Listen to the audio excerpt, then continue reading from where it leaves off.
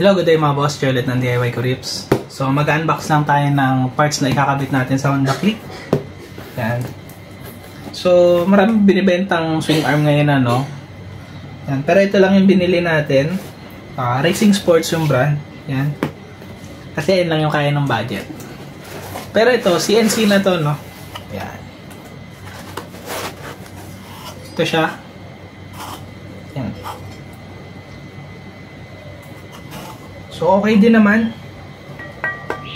Makapal din.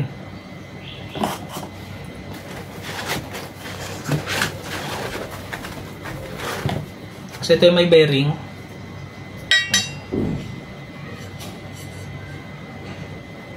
So dito yung ako daw nagkakamali.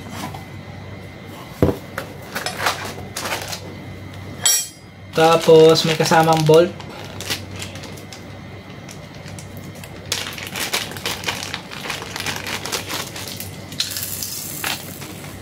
Ito, spacer ata to para sa tambucho kung daw nagkakamali. Yan. Diyan ata yan.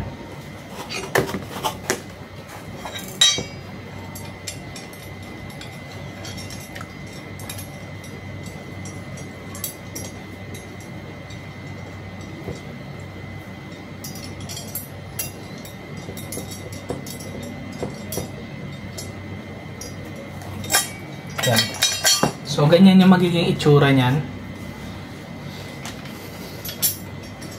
Wala pa naman yung tools ko dito.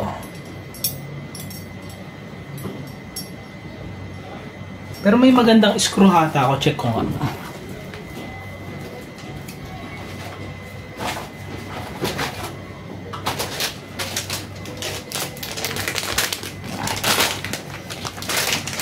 Ito. Yan.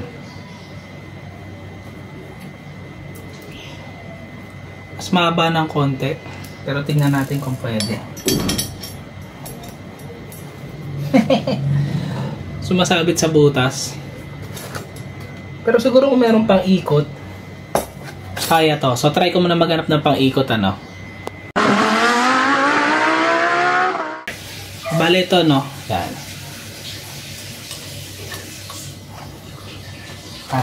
Hindi siya pwede. Masyado maliit yung butas para dito. Maganda sana kung ito. Kabit na lang natin to yung stock na bolt nya.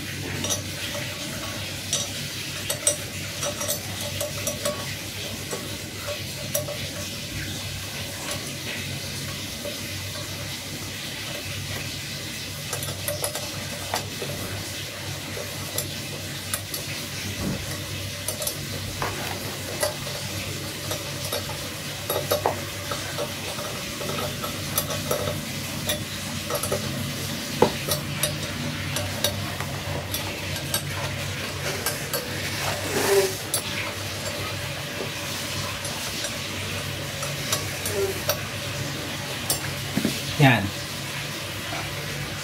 Di ba ito yung nakadikit sa mags?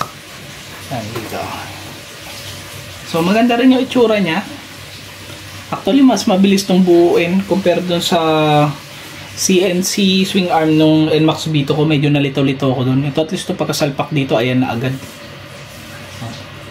Tapos ito, spacer para sa pipe.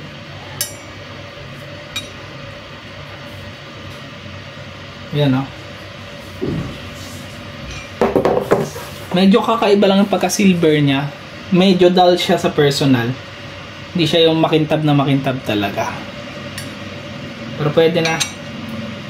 Compared dun sa ibang CNC, masyadong mahal. Yung iba nga nasa 4K pa. Ito nasa 2 plus lang to. Ayan. So, bumibili lang tayo unti-unti ng mga parts. So, tapusin na natin tong unboxing na to, no? Abangan nyo na lang pagka kinabit natin to sa Honda Click V2. So, ingat kayong lahat. Ride safe. God bless.